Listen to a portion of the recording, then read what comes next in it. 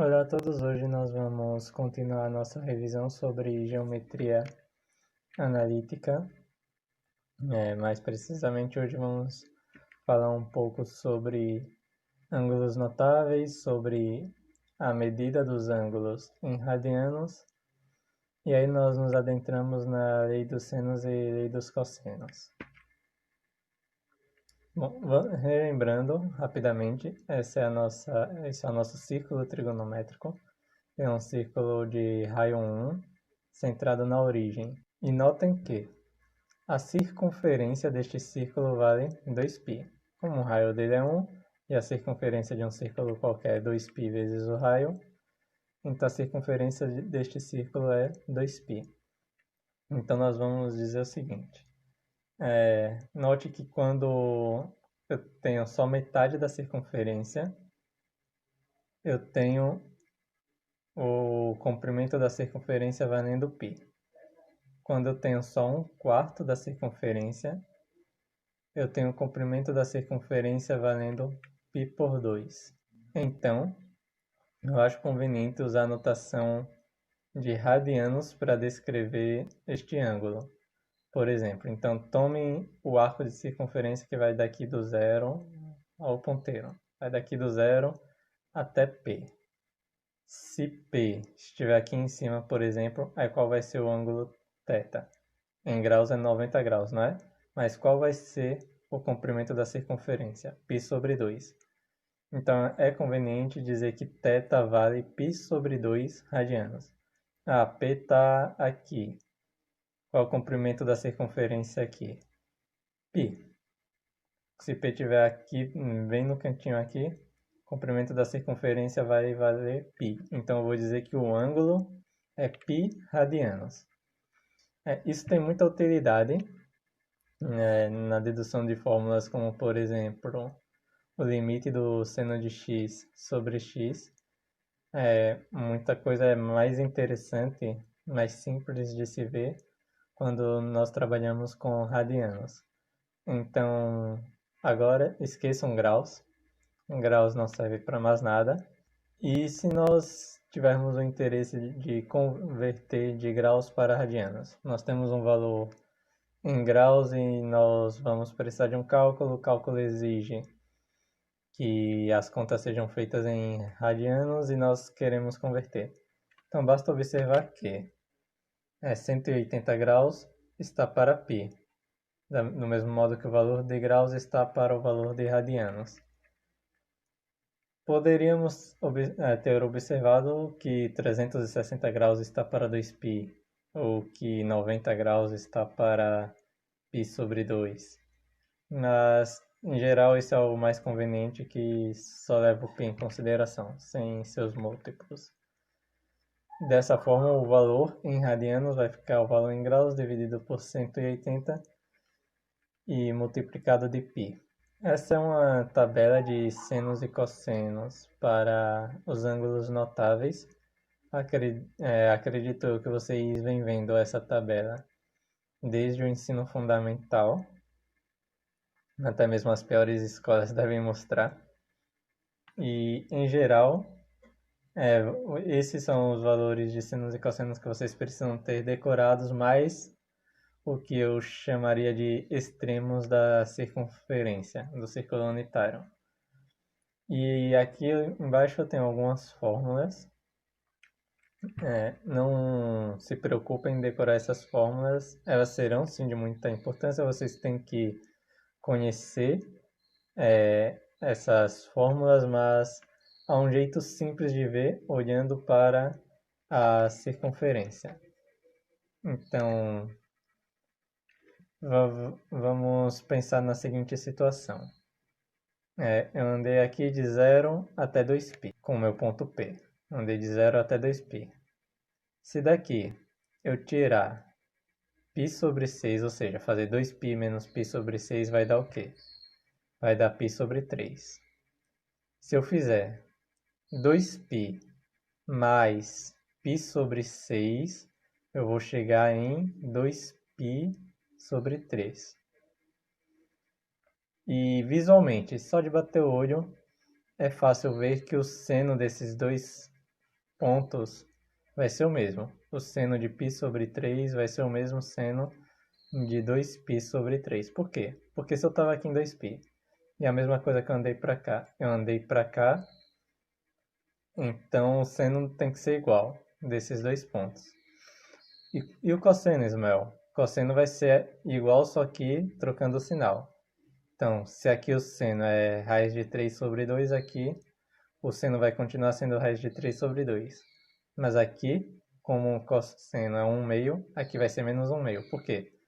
Porque desse lado o, o eixo x ele é positivo, mas desse lado o eixo x ele é negativo.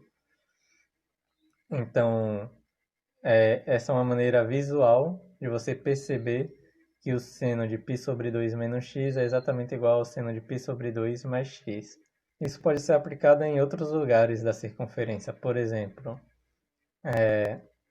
se você estiver aqui sobre o π, e você pode ver o seguinte, que π menos π sobre 6 vai dar 5π sobre 6. Da mesma maneira que 0 mais π sobre 6 vai dar π sobre 6. Então, então veja, a mesma coisa que você andou aqui para subir, ao subtrair π sobre 6 de π, você subiu aqui ao somar π sobre 6 a 0. Então é de se esperar que o seno desses dois valores seja o mesmo, mas o cosseno troque o sinal. Ou seja, o seno de π menos um ângulo agudo qualquer é exatamente igual ao seno de 0 mais um ângulo agudo qualquer. Da mesma maneira, nós poderíamos fazer essa observação aqui embaixo, por exemplo. E daí vamos tirando diversas propriedades. Então, o que eu quero que vocês entendam mesmo é essa circunferência. Olhem para essa circunferência e pensem, se eu andar com um ponto nessa circunferência, de um lado para o outro, como é que os senos e os cossenos vão variar? E a maneira como esses senos e cossenos vão variar, eles vão nos ajudar a descobrir os senos e cossenos de valores quaisquer em todos os quadrantes, se nós soubermos esses valores no primeiro quadrante. Ou em qualquer quadrante. Se eu, por exemplo, eu sei o valor do cosseno de 5π sobre 6. Aqui no segundo quadrante, mas eu não faço nem a mais remota ideia de qual é o cosseno de 11π sobre 6. Eu poderia simplesmente fazer a observação que π menos π sobre 6 é 5π sobre 6 e 2π menos π sobre 6 vai dar 11π sobre 6. E daí eu poderia simplesmente concluir que o cosseno dos dois tem que ser o mesmo, mas trocando o sinal, porque é a mesma coisa que eu subi aqui, eu desci aqui. Então, é intuitivo que há uma certa proporção que deve ser seguida. E observando esses detalhezinhos, entendendo com cuidado essa circunferência, vocês podem facilitar muito a vida de vocês na hora de calcular valores de senos e cossenos sem possuir uma calculadora por perto. Ou até mesmo se você fosse escrever um programa que calculasse os valores de senos e cossenos, você poderia calcular esses valores usando trigonometria, usando semelhança de triângulos aqui no primeiro quadrante, e para ângulos que estivessem fora do primeiro quadrante, você simplesmente usaria essas relações para apresentar o resultado do seu seno e do seu cosseno. Vejamos agora a lei dos senos. A lei dos senos diz que em qualquer triângulo ABC, as medidas dos lados são proporcionais aos senos dos ângulos opostos. Então, vamos desenhar um triângulo. E quando eu desenho esse triângulo, eu tenho que ter o seguinte cuidado. Eu tenho que ter, se eu coloquei o meu ângulo A aqui, então o lado do triângulo que é oposto a esse ângulo é que eu vou chamar de Azinho. Se eu coloquei o meu ângulo B aqui, então o outro lado oposto é que eu vou chamar de Bzinho. Da mesma maneira como eu coloquei o lado C aqui, então é este lado do triângulo oposto que eu vou chamar de Czinho. Tomem cuidado na hora de desenhar o seu triângulo, porque senão a fórmula ela, não garante funcionar. E aí eu vou ter que Azinho sobre o seno do ângulo em A é igual a Bzinho sobre o seno do ângulo em B, que é igual a Czinho sobre o seno do ângulo em C. Quando é que eu vou usar a lei dos senos? Como em geral, em problemas reais, nós geralmente, pode ser que você precise encontrar o valor de algum ângulo, mas em geral nós queremos encontrar lados de triângulos. Então, quando você tiver as seguintes informações, você tem o valor, digamos que eu queira calcular, por exemplo, o lado A. Então, do que é que eu preciso para calcular o lado A? Ele está aqui. Eu preciso do ângulo oposto e eu vou precisar de outro ângulo, por exemplo, B. E se eu tiver um ângulo em B, eu teria que ter o lado B. Ou se eu tiver o ângulo em C, eu teria que ter o lado C. Mas o ângulo em A seria obrigatório caso eu quisesse calcular o lado A.